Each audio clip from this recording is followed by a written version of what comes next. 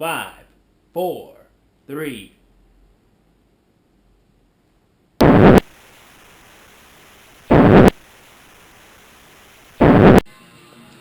Hey VC, what's going on? Jex coming at you once again. And before I do anything, before I get started with this video, I just want to give a big, heartfelt thank you to everyone who's been watching and commenting on my last two videos and also subscribing. It really means a lot. You guys really welcomed me into the vinyl community with open arms, and I'm speechless. I'm just so appreciative, and you know, that's it. I just want to thank you all. The response has been great. So, I'm gonna try to keep these videos coming as frequently as I can, and keep you guys tuning in. And in return, I'm gonna tune into all you guys' videos, and yeah, that's it. I just wanted to give a thank you before starting here. It's been really awesome. So yeah, let's get started with this video. You guys have seen my first update, and you kind of got a glimpse into my musical taste and all of that. I feel like this is a little loud. A little better. Alright, yeah, so you guys got a little glimpse into my musical taste. You kind of know what I like. You kind of see that, I like all kinds of music, all over the place. But, you don't really know how I got into vinyl or anything like that. So I thought I'd make this video, especially just to tell you the story of how I got into vinyl. A little Jex history, if you will. Alright, so let's go back. Growing up, we didn't have vinyl in the house. We didn't have records. By the time I was born, records had come and gone in the house. They didn't even have a My parents didn't have a turntable anymore or anything like that. We had cassette tapes. We had a whole lot of cassette tapes. My dad had like a drawer of like mixtapes that he'd done, and a few that he'd bought into. Like that's where I discovered Cheap Trick, Dream Police. He had some Super Tramp. What else? My dad had quite a bit of cool music. A lot of Beatles and Elvis and who else? Little Richard, Buddy Holly. My dad really liked the oldies, so I kind of discovered music through his cassette tape collection. But so we didn't have vinyl. So one year, 2004, I decided, records were they were making a comeback slowly but surely, and I thought, I want to get into vinyl. I want to start collecting vinyl. So my parents had seen a stereo in the Sears catalog. So for my birthday, they gave me the stereo, which is this very system right here. This is the one, still going strong. It's got a turntable, tape deck, 3-disc CD changer. And the only thing that pretty much still works is the turntable. So that says something. That vinyl is here to stay. The tape deck stopped working a few years back. CD still works, but the tray kind of sticks sometimes to change the CDs. But yeah, but the turntable still works great. Been using it all these years. So they got me this for my birthday, 2004, my 19th birthday. I wasn't gonna give my age away, but now you can do the math. So they got me this. So I was like, oh, awesome. So I slowly, I wanted to collect records. Unfortunately, the small town I'm from, we didn't really have record shops. So I took a trip to Moncton, New Brunswick, to their record store, Spin It, which is funny because I now live in Moncton, New Brunswick, but at the time I lived in my hometown, Bathurst, New Brunswick, which is like a 2.5-hour drive. But yeah, the first thing I wanted to do, I came to Moncton, and I thought I'm going to go to Spin It and look at some records. So I'm going to show you a little bit of the first records I remember buying. I don't know if these are the first records I bought, but these are the first records I remember buying. So those of you who know me, you know that I have an obsession with movies, always have. One-track mind, movies. Even especially at that time. So the first, I just head straight to the soundtrack section. I wanted to buy some soundtracks. And in this particular point in my life, I was like obsessed with the 80s. 80s movies, 80s music. I was like, all 80s. I'm a little embarrassed at some of these, kind of. Just that it's not really something I would have bought nowadays, but back then I was just like, oh, cool. So I got the soundtrack to Howard the Duck. This is one of those movies, either you like it or you don't. I hope you're not getting too much of a glare here. Anyway, I'm one of the people who like this movie. It falls under the category of so bad it's good to me. But yeah, I got the soundtrack here. And what's cool about this is that it was produced and arranged by Thomas Dolby, which I think he's a pretty cool guy. As far as 80s music goes, he's a pretty cool musician. So yeah, and all of side one is, most of the songs are by Cherry Bomb, the fictional band in the movie. And it's actually actress Leah Thompson. I don't know if you can see her right there. She's actually singing on these songs. It's actually her singing, which I thought was cool. And yeah, and all of side two on this is original score. Yeah, music score produced by John Barry. So yeah, this is the first vinyl, the first record I remember buying. It's on MCA Records. It's $4. I think it's cool. Like I said, I don't know if I would have bought this nowadays, but it has it has an important spot in my record collection just because it's that memory, All right, that same trip once again, soundtracks. Top Secret. Again, this is a movie I watched a lot in my teens. I think it's hilarious. It's from the makers of the original Airplane. I love that kind of spoof humor. So I found the soundtrack. It's got 6 songs on here. And what's cool, once again, is that Val Kilmer himself actually sings for real. It's got a lot of Elvis and Beach Boy song parodies.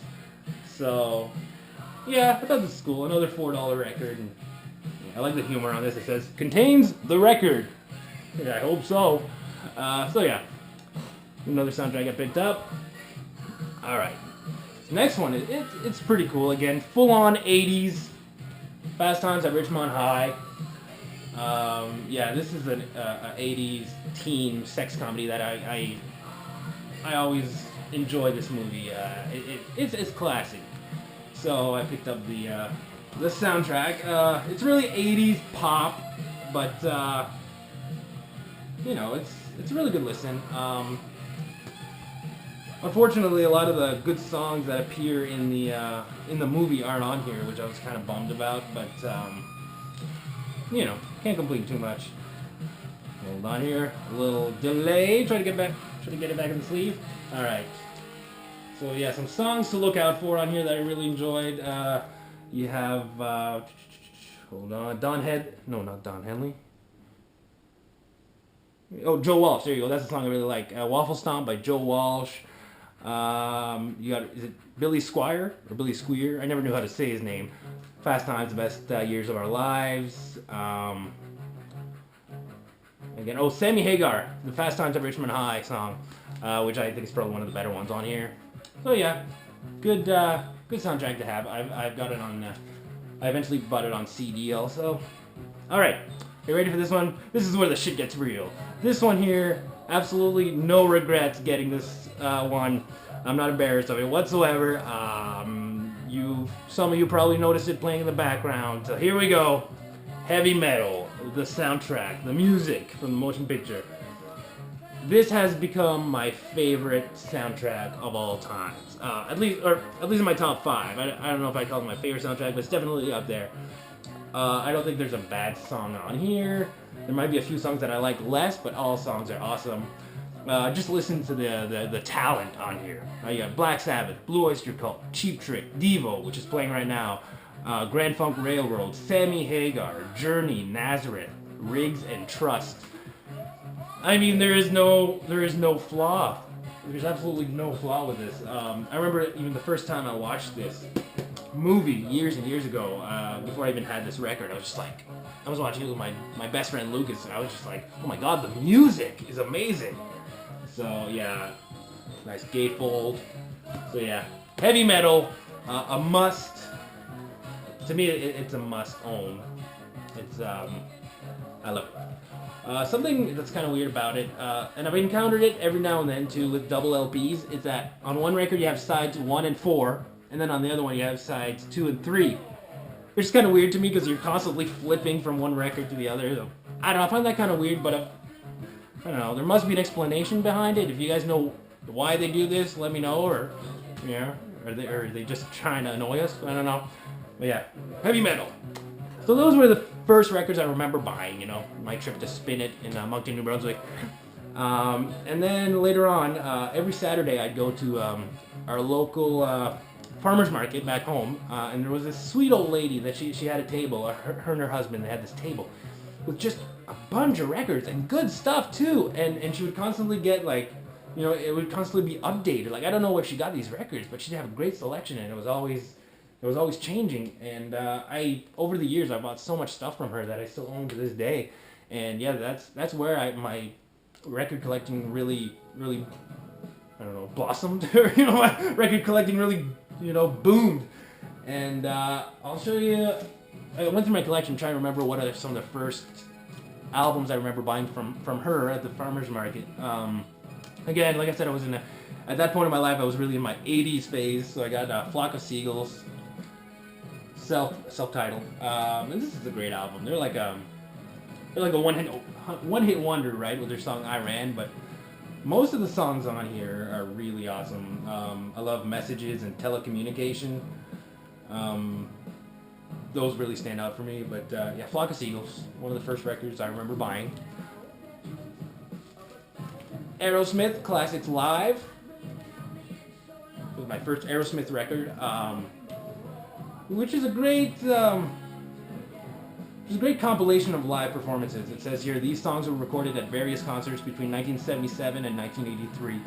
I got some great ones. Train Kept Rolling, Kings and Queens, Sweet Emotion, Dream On. You know, they're obviously their biggest hits, and it's a great listen to. I actually popped it on yesterday. I gave it a spin yesterday. I hadn't listened to it in years, so yeah, good live fun.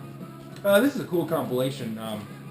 Star Treks, which I remember seeing it and just loving the cover. It's like a turntable in space. This is like the greatest hits of the 80s, pretty much, which is why I picked it up. You got Every Breath You Take by the Police, Electric Avenue by Eddie Grant, Separate Ways, Journey, the Stray Cat, Strut by the Stray Cats, the Alan Parsons Project, Eye in the Sky, Put on the Ritz by Taco, and the list just goes on. So yeah, like I said before, I was in my 80s phase, so I saw the track listing on here and I was like, whoa, I'm gonna pick this up. Styx, Kilroy Was Here, 1983. I picked this one up mainly because I had Mr. Roboto on it, which is pretty much, at the time, was like my Styx knowledge. Pretty much the song I knew from them, so I thought it would be pretty cool to have, and my Styx collection has grown quite a bit since then. I'm not the biggest Styx fan, but, you know, I enjoy their music. Alright, here we go. Pinups by David Bowie. This is where I really started getting obsessed with David Bowie. It was at that farmer's market. You know, I picked up a lot of my David Bowie collection there. So, and this is one of the first ones I remember buying. And this is actually a covers album. They're all covers. And at the time, I didn't know that. I only discovered that much later. I thought these were Bowie originals. And then I hear different versions of that. I'm like, is this a Bowie cover? And then I realized, oh no, Bowie covered this. Okay. So, yeah. And this, what's kind of cool about this is there's a little, what seems to be like a coffee ring on this.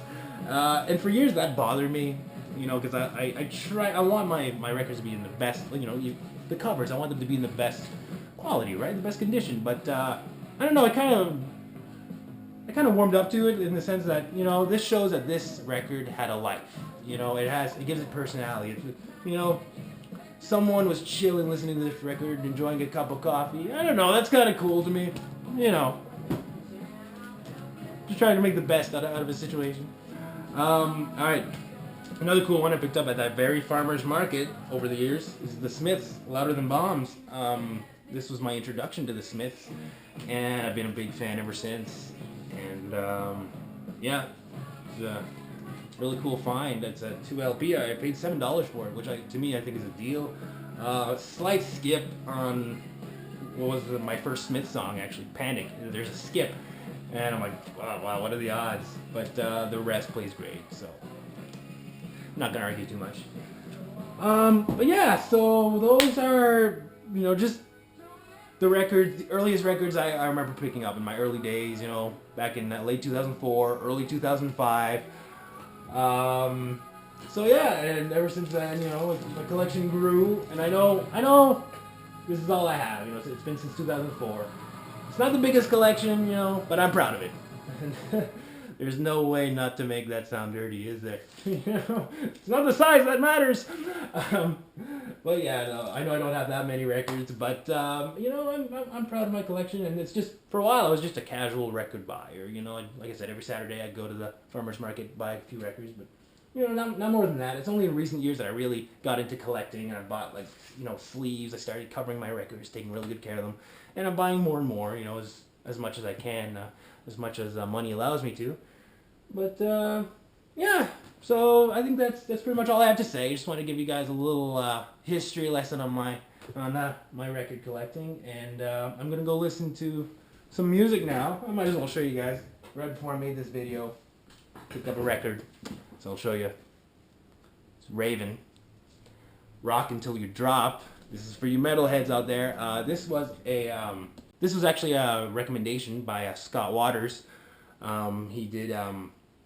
He did a video and he mentioned Raven, they're one of his favorite bands, but he was talking about a least favorite album of his, which is The Pack Is Back. And then I mentioned to him that I saw this one at a local record shop, Rock Until You Drop, and I said, would you recommend it? And he said, yes, absolutely. He said that this is essential new wave of British heavy metal. So I thought, oh, sweet. So I went back today, right before I made this video, and went back to Livewire, the record store, and I picked it up. And this is actually an Italian import. So yeah, I'm really looking forward to giving it a spin. I really trust Scott Waters' word. He's got great taste, especially when it comes to this stuff. So yeah, looking forward to it, and I hope you guys enjoyed this, and stay tuned for more videos. This is Jex Russell saying peace out. Hey, how's it going, YouTubers and YouTubettes? Jex Russell back again, and I hope you all enjoyed my first... I'm so out of breath. Let me think up some stuff. Let me plan it out. Maybe I should rehearse a little bit. I don't know. I'm a little unprepared. All right?